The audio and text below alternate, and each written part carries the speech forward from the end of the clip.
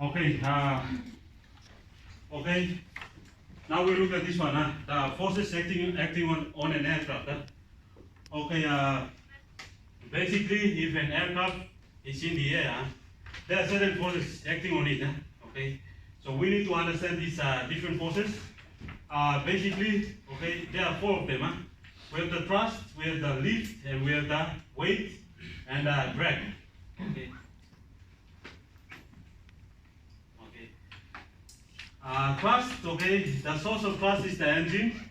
The engine gives the thrust to the airplane. The weight is the pull of the gravity, right? Okay. And the lift is due to the difference in the pressure because of the surface area of the aircraft. The drag is, what's the source of the drag? Air resistance, right? Okay. Anything in the air is opposing the air resistance. Remember, when we made a start on this static topic, we said that if there is a reaction force, there is if there is a action force, there is always a reaction force. So thrust, okay, is produced by the engine of the aircraft. Lift is produced by the difference in the pressure. Okay. So when the aircraft here, when it gets through the air, okay, there is a difference in pressure. There is a high pressure at the bottom and there is a low pressure at the top. So this gives the lift to the aircraft. So the lift is always 90 degrees to the surface of the aircraft at the top. The weight is always anything with mass coming down or going up or whatever with the gravitational field strength pulling on it. So there is a pull of gravity. And then weight is not talking about the mass, it's talking about the weight of the aircraft. 10 test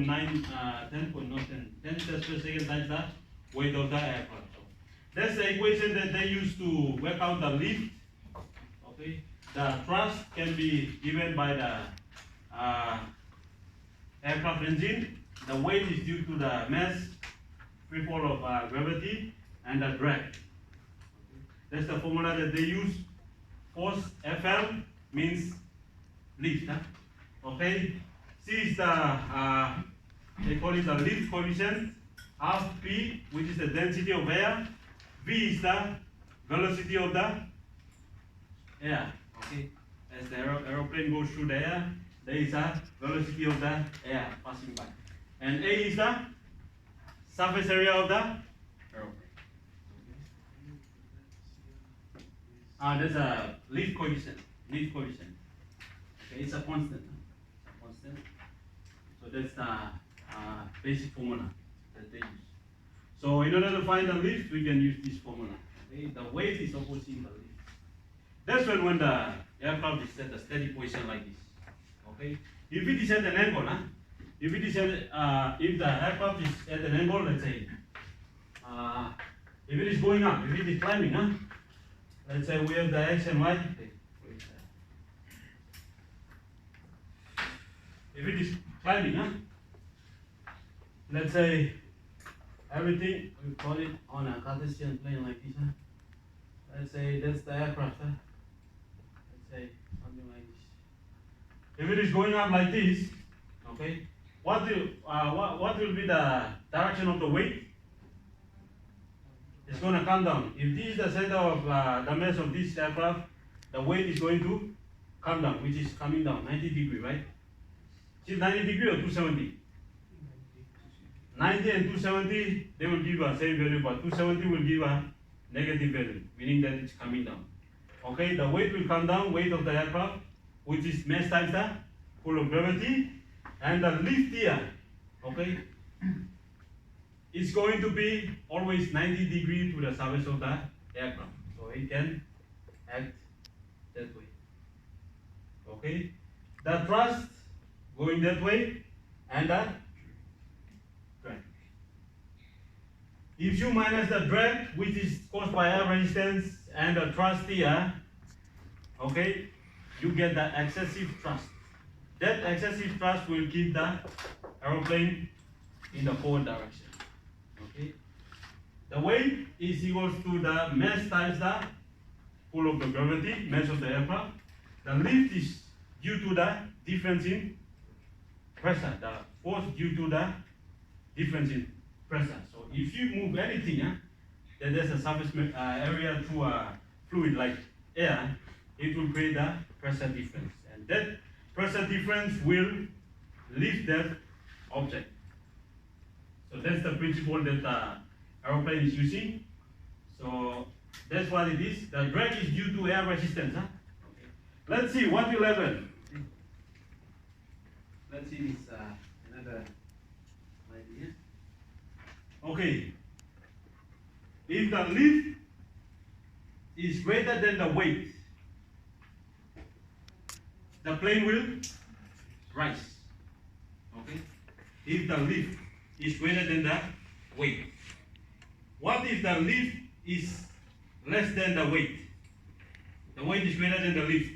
Then the plane will fall. Okay? Because the lift is less and the weight is greater. Right? Okay?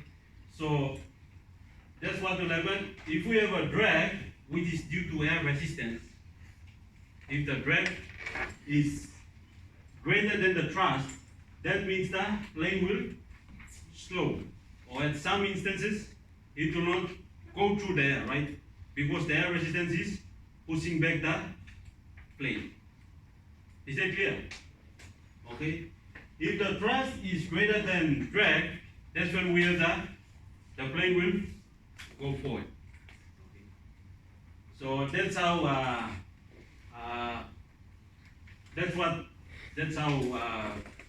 aircraft flies in the air.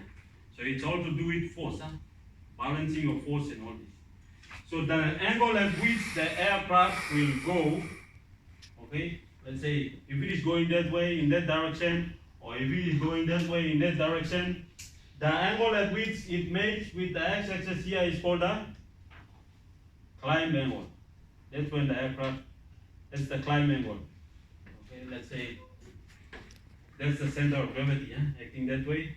The angle between the thrust here and the aeroplane going in the forward direction is the angle of climb, or sometimes they put C.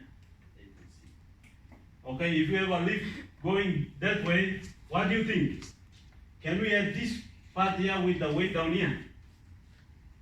Can we add it? The lift here, the lift force and the weight. Can we add it? No, we can't. We will only take the x and y components. The y component of it will be added to the weight, right? Okay. So that's how they work out these forces. So basically, the sources of the forces: weight is due to gravity, drag is due to air resistance, thrust is produced by the engine of the plane, and lift is produced by the difference in air pressure as the surface area of the plane. Is that clear? That's straightforward, Okay.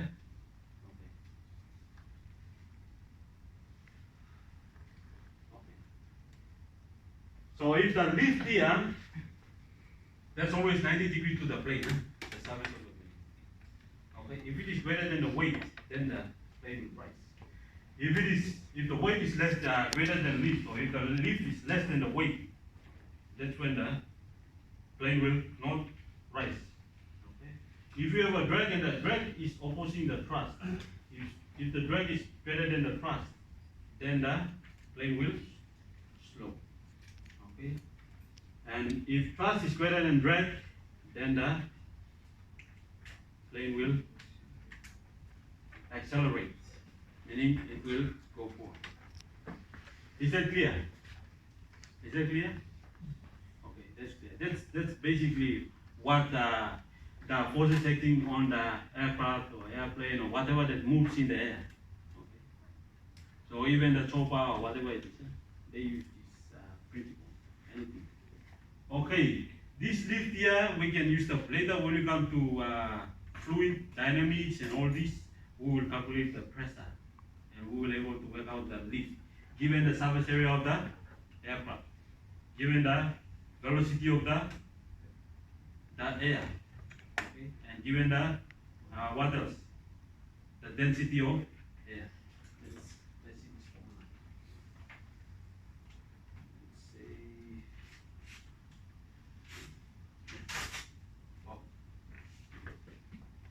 let's see this formula here.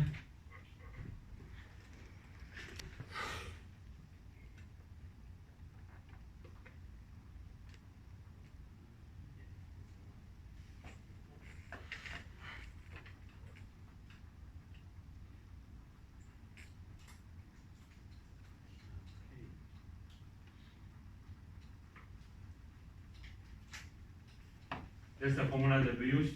CL is the, they use, CL is the lift coefficient.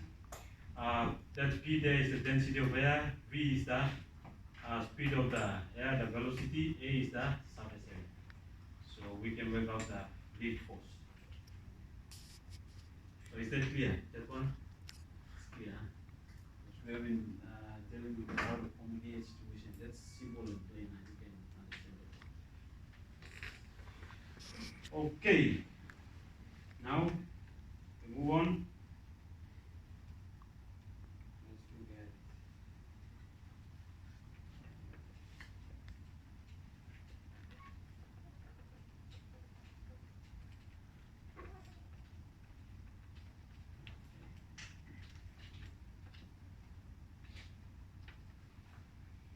Let's look at Young's modulus.